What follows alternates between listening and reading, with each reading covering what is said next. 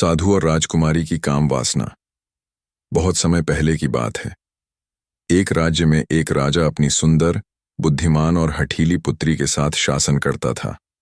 राजकुमारी अपनी स्वतंत्रता से प्रेम करती थी और किसी भी बंधन को स्वीकार नहीं करना चाहती थी। राजमहल के सुख साधनों के बावजूद उसके भीतर एक बेचैनी थी जिसे वह स्वयं भी ठीक से समझ नहीं पाती थी। राज्य के पास ही एक घना वन था जहां एक साधु तपस्या करता था। वह साधु युवा था, तेजस्वी था और संसार के सुखों से दूर रहकर ध्यान और आत्मसंयम में लीन रहता था। उसकी ख्याति दूर दूर तक फैली हुई थी। कहा जाता था कि उसकी साधना इतनी गहरी थी कि उसे देखकर किसी के भी मन में शांति का संचार हो जाता। एक दिन राजकुमारी शिकार पर गई। जंगल की गहराइयों में वह अपनी सेना से बिछड़ गई। अकेली, भयभीत और थकी हुई वह एक गुफा के समीप पहुंची जहां साधु ध्यानमग्न था। उसकी गंभीरता और तेजस्विता को देखकर राजकुमारी मंत्रमुग्ध हो गई। उसके भीतर एक अनजान आकर्षण जाग उठा। साधु का निस्पृह भाव और संयम उसके मन को और अधिक विचलित करने लगा। राजकुमारी ने साधु से पानी मांगा। उसने शांत स्वर में कहा, राजकुमारी, यह जंगल तुम्हारे लिए नहीं है। राजमहल लौट जाओ। लेकिन राजकुमारी इस कठोरता से चौंक गई। उसने अब तक हर व्यक्ति को अपनी ओर आकर्षित होते देखा था, पर यह साधु पूर्णतः निर्लिप्त था। उसने अपना जिद्दी स्वभाव दिखाया और वहीं रुक गई। वह साधु से प्रश्न पूछने लगी, उसके जीवन के बारे में जानने की जिज्ञासा प्रकट करने लगी। साधु ने उत्तर दिया, परंतु उनमें कोई व्यक्तिगत भावना नहीं थी। वह केवल सत्य और ज्ञान की बातें करता। लेकिन राजकुमारी के हृदय में ज्वार उठ रहा था। यह ज्वार किसी साधारण आकर्षण का नहीं, बल्कि एक तीव्र तृष्णा का था। वह साधु के संयम को चुनौती देना चाहती थी। अगले कुछ दिनों तक वह रोज वहां आने लगी।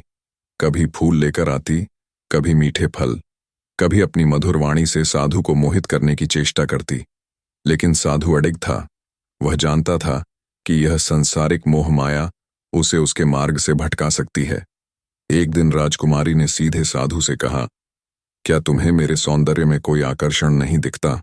साधु ने मुस्कुराते हुए उत्तर दिया, राजकुमारी, सौंदर्य नश्वर है। यह केवल एक दृष्टि का खेल है।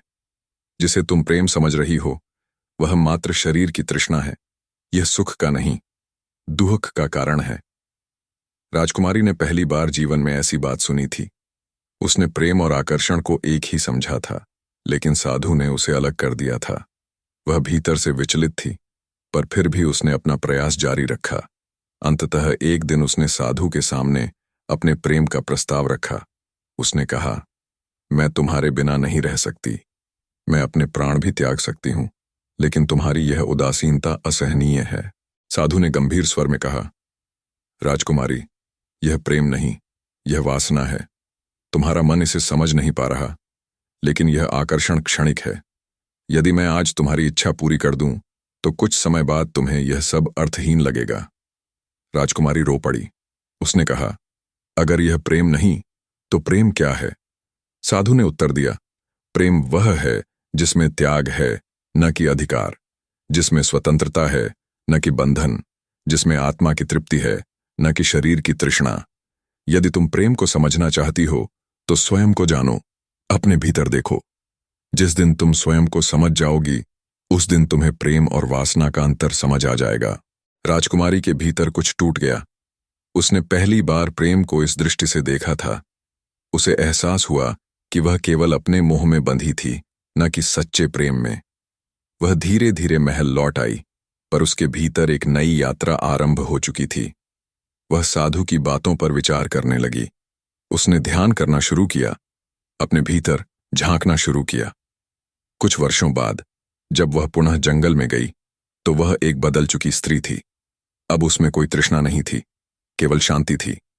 उसने साधु को प्रणाम किया और कहा, अब मैं समझ गई कि सच्चा प्रेम आत्मा में बसता है, शरीर में नहीं। साधु ने मुस्कुराकर कहा, अब तुम वास्तव में सुंदर हो गई हो राजकुमारी। और इसके बाद वह अपने मार्ग पर बढ़ गई और साधु अपने ध्यान में लीन हो गया।